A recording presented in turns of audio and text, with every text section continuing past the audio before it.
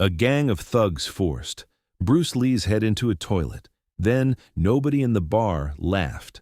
His face didn't move when the hand clamped behind his neck. The bar leaned in like a crowd at an execution, and someone said, loud and pleased, "Put him where he belongs."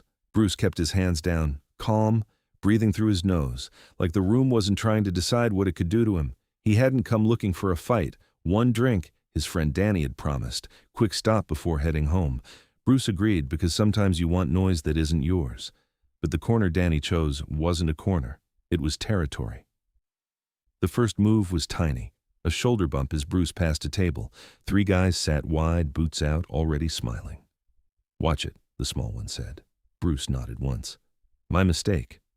That should have ended it. Instead, the small one tipped his glass, slow, deliberate. Whiskey slid down and splashed over Bruce's shoe. Their table laughed. A few nearby people laughed too, the nervous kind that buys safety. Bruce looked down at the stain, then back up. "You spilled your drink." "I spilled it on you," the small one said, pleased with himself. Danny shifted. "Bruce, let's just—" Bruce lifted one hand at Danny. "Stop." He looked at the small one. "How much was it? I'll buy you another." The offer landed wrong. This wasn't about a drink. It was about everyone in the room remembering who sets the rules. A bigger man stood behind the table, arms thick, face bored. He stepped closer, filling Bruce's space with his chest. "You don't buy him a drink," the big one said. "You apologize." "I already did," Bruce replied. "Not to me." The music kept playing, but the bar got quieter around them. Even the bartender paused, wiping the same glass, watching without committing. Bruce took a slow breath. "Excuse me." He turned to leave. A hand caught his elbow, not hard, possessive. "Where are you going?" the small one asked, stepping into the path. "Home," the small one chuckled. "No." "You're going to say it right," Danny tried again. "Come on, man." The big one extended an arm and pressed Danny back into his chair with a flat palm. Easy, like moving furniture. Danny's chair scraped loud. Heads turned, then turned away. Bruce's eyes sharpened, not with anger, calculation. He saw 2 more men rise from a nearby booth like they had been waiting for the cue. He saw the front door. He saw a guy leaning near it like a lock. The big one leaned in. "Say you're sorry." Bruce kept his voice level. "I'm sorry for bumping the table." The big one smiled, like Bruce had answered the wrong question on purpose. "No. Say you're sorry for thinking you can walk through here like you're somebody." A laugh popped from the back, someone testing the mood. The laugh spread. Bruce looked past the big one at the room, at people who suddenly found their glasses fascinating, at the waitress frozen by the kitchen door, at the bartender's eyes darting away when Bruce met them. The weapon wasn't fists. It was witnesses. Bruce looked back at the big one. "I don't think that." "Then prove it." The 2 men behind Bruce closed in without touching him, just taking space. Air got thinner. Options got smaller. Bruce reached into his jacket slowly and pulled out cash. "I'll pay for the drink. I'll pay for the spill. And I'll leave." The small one stared at the money like it was disrespect. The big one slapped the bills out of Bruce's hand. They fluttered to the sticky floor between boots. A louder laugh. "Look at him. He thinks money fixes it." The room laughed with him, grateful to be on the correct side of the moment. Bruce didn't bend for the cash. Not pride. Geometry. Bending puts your head down. The big one flicked Bruce's chin with 2 fingers. Quick, intimate, meant to start a fight. Danny sucked in a breath. Bruce didn't give it to them. He didn't flinch, didn't posture, just watched. The small one raised his voice for the whole bar. "Our friend here don't understand where he is." More faces turned. More people pulled their attention in like they were buying a ticket. The big one's hand returned to Bruce's neck, tight enough to be a warning, not yet pain. "Back room," he said. "We'll teach you manners without all the noise." Everyone knew that was a lie. The back wasn't quieter. It was just where nobody could claim they saw anything. Bruce glanced at the exit. The guy near the door shifted, smiling, ready. Bruce could have fought right there and turned the bar into a storm. But that would have given them what they wanted, chaos, an excuse, a story where Bruce is the problem. So he did the thing that made them nervous. He stayed calm. He looked at Danny once. A single look. "Don't move." Danny's face went tight with rage and fear, but he stayed put. Bruce let the hand on his neck steer him forward. They walked him through the center of the bar like a demonstration. People leaned away as they passed. The small one narrated, performing for the room. "Don't worry," he called. "We're just helping him learn." Someone shouted, "Make him bow." Someone else laughed too loud. Bruce's steps stayed light, balanced, precise. Even being pushed, he didn't stumble. They reached the hallway near the restrooms. The smell hit first, bleach over something older. A single bulb buzzed overhead. The music from the bar became muffled, like the room itself was holding its breath. At the end of the corridor, a door stood half open, and behind it came the thin porcelain sound of running water. The big one tightened his grip and shoved Bruce forward. The door swung wider, and the air turned cold on Bruce's face. The restroom door banged against the wall and stayed open, like they wanted the sound to travel back to the bar. Tile floor, one flickering bulb. A urinal that didn't flush right, and at the far end, a stall with the door ripped halfway off its hinges. The small one pushed past Bruce and lifted the toilet lid with 2 fingers like it was a joke prop. "Get down," he said. Bruce didn't move yet. He looked at the toilet, then at the big one's hand still hooked behind his neck. "You're making a mess for your own place," Bruce said. The big one tightened his grip. "You talk a lot for a guy who's about to learn." Behind them, one of the other men took position in the hallway, half turned toward the bar, listening to the music like it wasn't muffled at all, guarding the sound, guarding the story. Then Danny appeared at the end of the corridor, face pale, jaw set, until a hand yanked him back by the collar and slammed him against the wall. Danny's head hit tile, not hard enough to knock him out, hard enough to make him understand. "You stay out there," a voice hissed low, "or you join him." Bruce's eyes flicked to Danny for a fraction of a second, not panic, information. The small one clapped once, sharp. "Knees." Bruce exhaled through his nose. He lowered himself slowly, one knee to tile, then the other, controlled like he was choosing it. The big one expected resistance. He didn't get it, and that irritated him. "That's better," the small one said, leaning close. "Now, face." 2 hands came down on Bruce's head. Not careful, fingers digging into hair, thumbs at his temples, steering him like an animal toward the bowl. The smell hit him, old water, cheap bleach, something sour under it. For the first time, the bar's noise fell away completely. Bruce heard only the men's breathing and the faint rush of water from a cracked pipe. The small one laughed under his breath. "You hear them out there. They're waiting. They want to know what you taste like." He grabbed Bruce's jaw and forced his face toward the rim. Bruce didn't thrash, he didn't plead, he didn't give the show, he just became heavy. Not dead weight, something stranger, like his bones had settled into the floor. The big one leaned in, put his shoulder into it, tried to drive Bruce forward. Bruce's head moved an inch, then stopped. The big one blinked, confused, and pushed harder. His boots squeaked on tile, his forearm flexed, his jaw tightened. Bruce's face stayed inches from the water. The small one's smile slipped. "What? Are you stuck?" Bruce spoke without turning. "Your grip is wrong." That was all it took.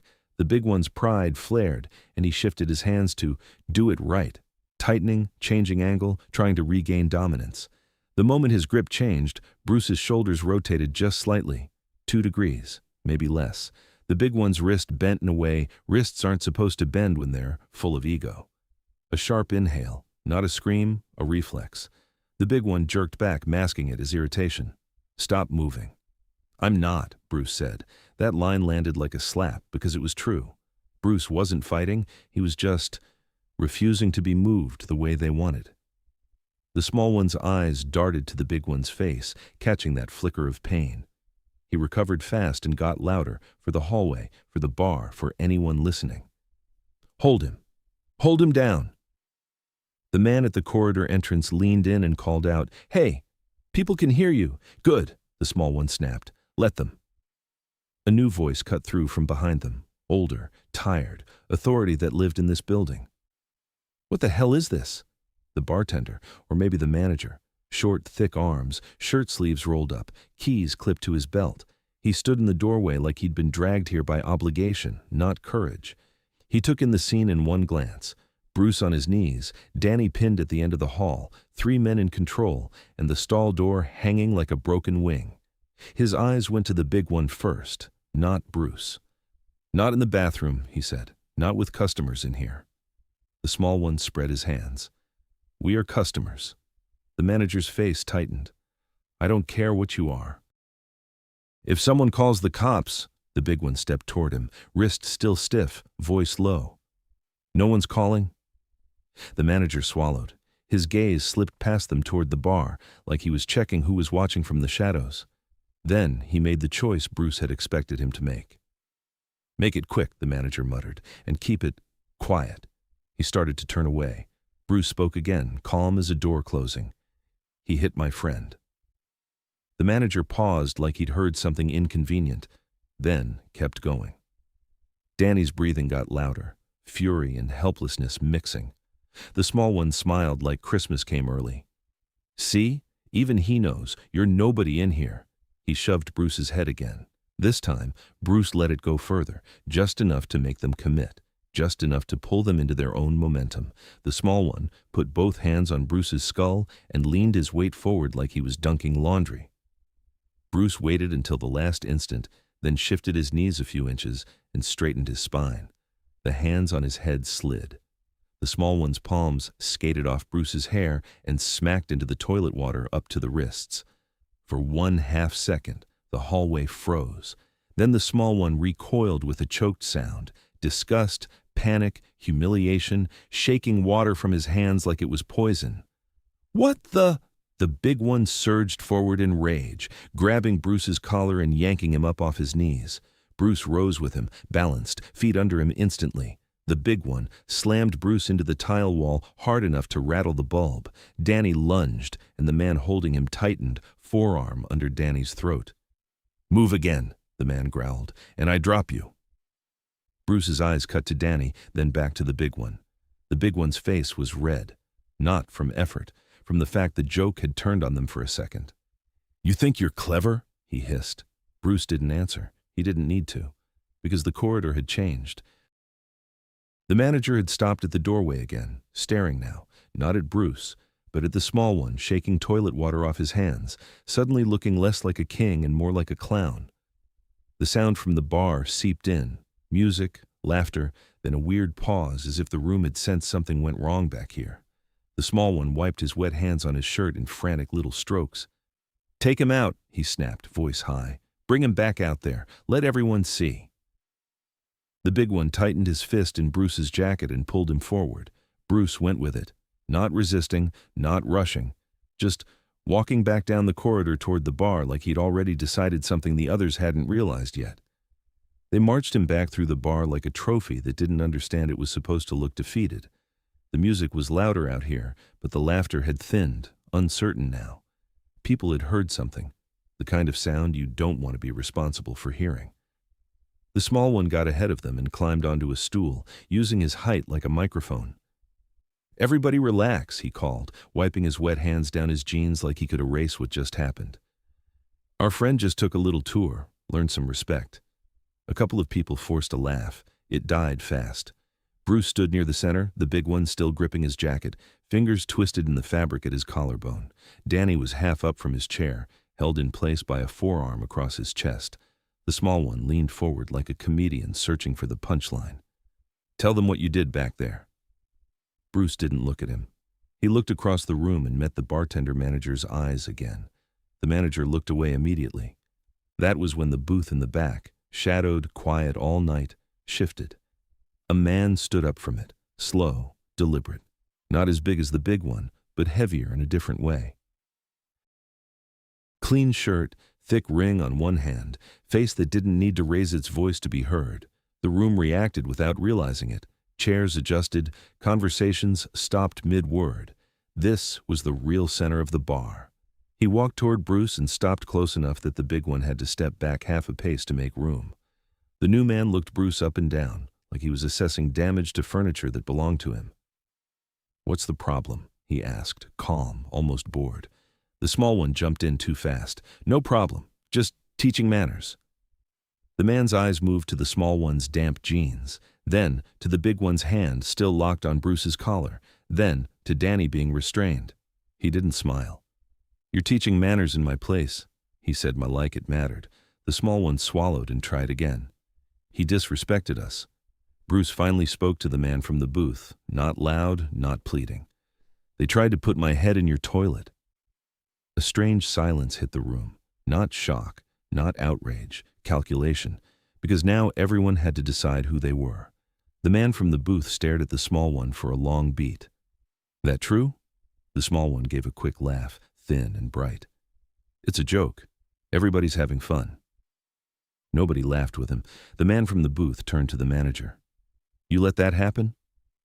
The manager's mouth opened and closed once, like a man trying to talk his way out of a fire. "I told them to keep it quiet." That was the wrong answer. The booth man's expression didn't change, but the temperature did. He looked back at Bruce. "You want to leave?" Bruce nodded once. "With my friend."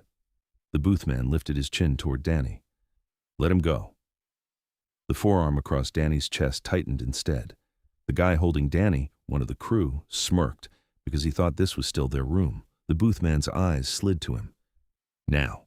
The guy hesitated. A tiny pause that was invisible to most people, but Bruce saw it. The pause where power decides whether it's real. The small one cut in, panicked. "Come on, don't do that, not for him." The booth man didn't even look at the small one when he spoke. "You're embarrassing me." That sentence hit harder than a punch. The small one's face tightened like he'd been slapped in front of his own mother. The big one's grip on Bruce shifted, uncertain, and that uncertainty was all Bruce needed. The small one barked, trying to yank control back with volume. "Don't just stand there! Make him!" He reached for Bruce's shoulder. Bruce moved, not big, not dramatic. Just a step to the side, an angle change, and the small one's hand landed on empty air. His weight followed his hand, and suddenly, he was off balance in front of everyone, reaching for something that wasn't there. The big one reacted on instinct, swinging an arm to grab Bruce. Bruce slipped under it like water, caught the big one's wrist for a fraction of a second, and the big one's own momentum carried him forward into the edge of a table. Glasses jumped. A bottle tipped and shattered on the floor. The crack of it sliced through the bar like a gunshot. Everyone saw it. Everyone heard it. And most importantly, everyone saw who caused it. The big one straightened, furious, and for the first time his anger wasn't theatrical. He'd been made to look clumsy. He lunged. Bruce didn't meet him in the middle. He took another small step, used the big one's forward rush, and the big man's knee hit a chair leg wrong. The chair flipped. The big one went down hard on his side, breath blasting out of him. The bar didn't cheer. It didn't clap. It went dead quiet. Danny's eyes were wide because it hadn't looked like fighting. It looked like the room itself had turned on the men who thought they owned it. The crew froze for half a second, the worst half second, the half second where the audience starts deciding. The booth man turned his head, slow, and stared at the small one. "You brought this on me," he said. "Over what? A shoe?" The small one's face went red. He looked around for laughter, for backup, for the old fear to return. He didn't get it, because the bar had watched him wipe toilet water on his jeans. The bar had watched him miss. The bar had watched his biggest guy hit a table and drop like a sack. The small one made his last mistake. He grabbed a bottle off the counter, desperate, loud again. Nobody does that to us." The bottle lifted like a threat. Bruce didn't flinch. He didn't step back. He just stared at the small one, calm, like he was waiting for the small one to realize what he'd just done. And the small one did realize, too late, because the booth man's hand came up, palm out, not fast, not angry. Final. "Put it down," he said. The small one's arm trembled. His eyes flicked between Bruce and the booth man, trying to decide which humiliation was survivable. Then, the door to the bar opened and the sound of sirens rolled in, faint but growing. Someone had called, maybe a customer, maybe the manager after the glass broke, maybe the booth man, already done with this.